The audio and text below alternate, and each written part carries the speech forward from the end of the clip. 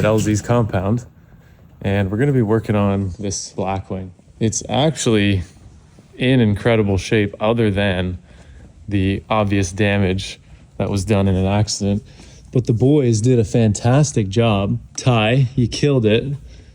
He messages me saying, don't judge him yet. He's done a great job on all of this stuff. You're off to a great start in terms of drift. I mean, you guys work on drag stuff, so of course it's going to be unreal. But essentially, we're putting the angle kit up front here. We're not going to be running the OEM wheels. We're going to be running some Kansei wheels. That must be the pro car that he's working on. So they're getting this thing ready for the season. We're going to be having a bunch of parts on this car as well. You can see very well used kit. They did have an accident here. Holy crap. This is impossible to do, by the way. This happens on wall hits and wheels failing. This happens when you hit the wall and then you keep going into the wall.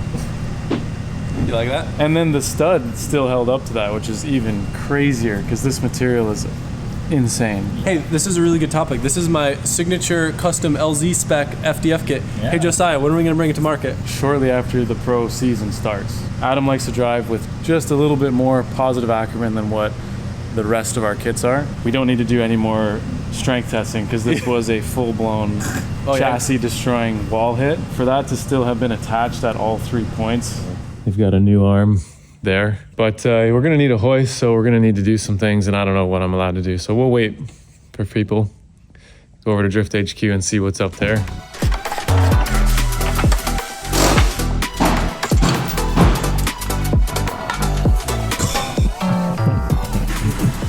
That is crazy clearance.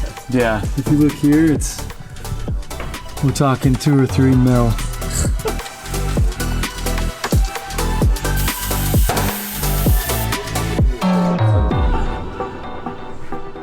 We are redoing what Adam did, only because the seat needed to go over slightly than where it was. Right.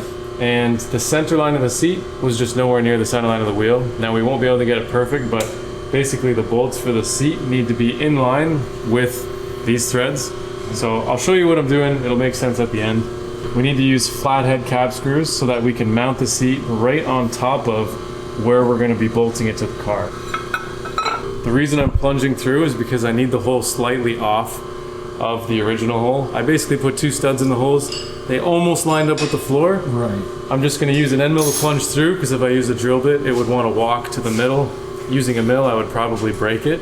So we got to kind of like cut just beside the hole.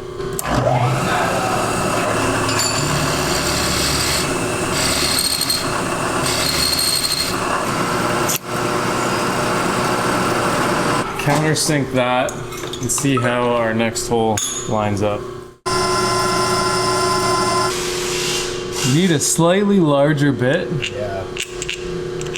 So the only thing we can do is go a bit deeper and then use a larger drill bit just to take the edge off. It's really the only option we have. Okay, we chamfered a chamfer with this big drill bit. Honking bit. And Success. slush is what we wanted. No. Basically, I'm flipping it upside down to see how it lines up. Right. A stud in the back. Yep.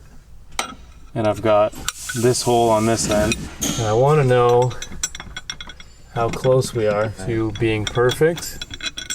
So I know where to pile it through. So I'm basically going to do this here. Yep. And then that'll bolt in nice and flush. Then this can go right on top of that row. And we can actually put 2 studs in these 2 holes like that. Yep. And it'll go right through our rail. Dang. And we got to do a similar thing here as well. Yep. The problem with using these, it spaced them either too wide or too narrow to line up with anything. Okay, so we have our custom chamfered, Full custom. countersunk and chamfered flathead cap screws going in, sitting flat. So the idea is I can now put these studs in and sit the rails right on top of that. Oh yeah. What's up, guys? We have been working all day. We have the angle kit on. This is the trailing side, good clearance. We're just barely touching the frame, so we will need to set the bump stops. Tomorrow we're gonna lock everything down and paint mark it all. That is the lock on the lead. The limitation would be the barrel of the wheel is nearly touching the control arm, so we have it set to stop there. Overall, it's probably around 55 degrees, which is exactly what I expected. And then we also had the team and myself getting real familiar with the manual mill here, setting it up completely. So we were milling seat brackets to fit these Recaro sliders and seats, carbon seats, in order for several different sizes of people to run the car. We're going for convenient. We would normally in a race car do solid fixed mounts for the driver themselves, but we got to keep it classy. It's a Caddy. Cam was working on the BC coilovers in the back. Those are all installed. Good thing we learned Gen 6 Camaro, same coilovers, or else we wouldn't have gotten any. And then the Kensei wheels, these I believe are the 10.5s. Let's take a quick peek. Yeah. A 19 10.5. 285 35, still nowhere near as wide as the originals, but they look decent on this large car. The only thing left to do before we drive it is finalize the handbrake and get the inline setup plumbed in. But otherwise, it was a very productive day. Now we're gonna enjoy the evening in Florida and we're gonna get back tomorrow. Half these clips are gonna be cell phones. This one's gonna be good because Mike's doing it. I also got a sick Sim Magic Rally wheel. Dang. I've been killing myself with the GT wheel, and then the drift wheel I'm missing. It's actually crazy when you're doing rally stuff. You need to be on the fly adjusting your ABS and your bias. That's crazy. Like, and you don't realize it until you've driven it enough to be like, man, I need the braking here and then I don't need it there. Wait a second, I can just roll this thumb wheel. Try that out probably tomorrow. All in all, yeah, appreciate all the guys watching our channel. I know it's small, but you know, still puts in work. Thanks, guys. Oh, she's nice.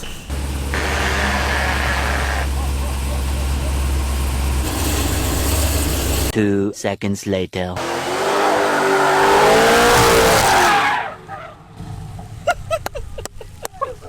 It looks like a drift car. Yeah. There's so much torque in that was thing. sick. Third gear, fourth gear, no problem. No problem. It looks like it got some grip too. Yeah. The angle feels so crazy. That one's so sick. Looks like the diff worked good too. Yeah. Look at him. Yeah. What's up? Sure.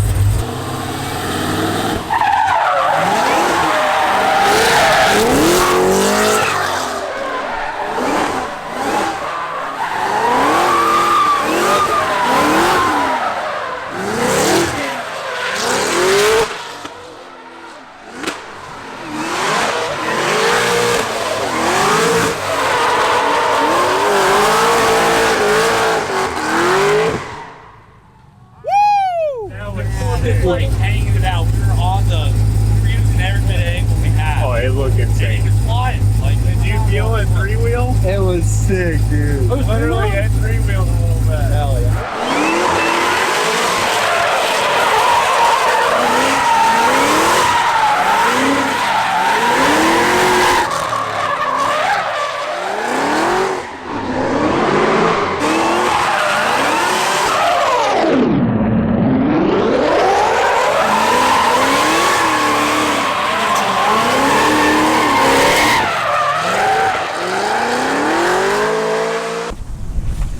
Boys squadding deep in here. Oh, baby.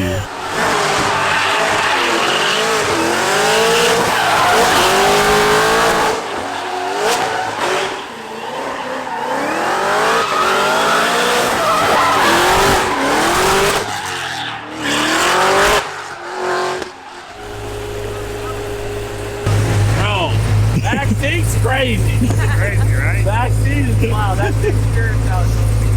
So sick. Good shit, boys. Unbelievable. Customer's happy, dude. I mean, what a phenomenal off-the-rip experience.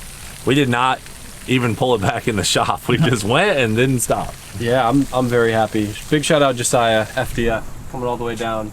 wrenching with the boys. It took a massive team and it was a big undertaking, but like it was all worth it seeing you out there ripping. Oh, it was sick. Like he literally made it in Canada. It fit in CAD. It fit in CAD. Yeah. It was really cool to drive it and have all that angle. This thing's gonna rip at the Freedom Factory. I'm stoked to see it. For sure.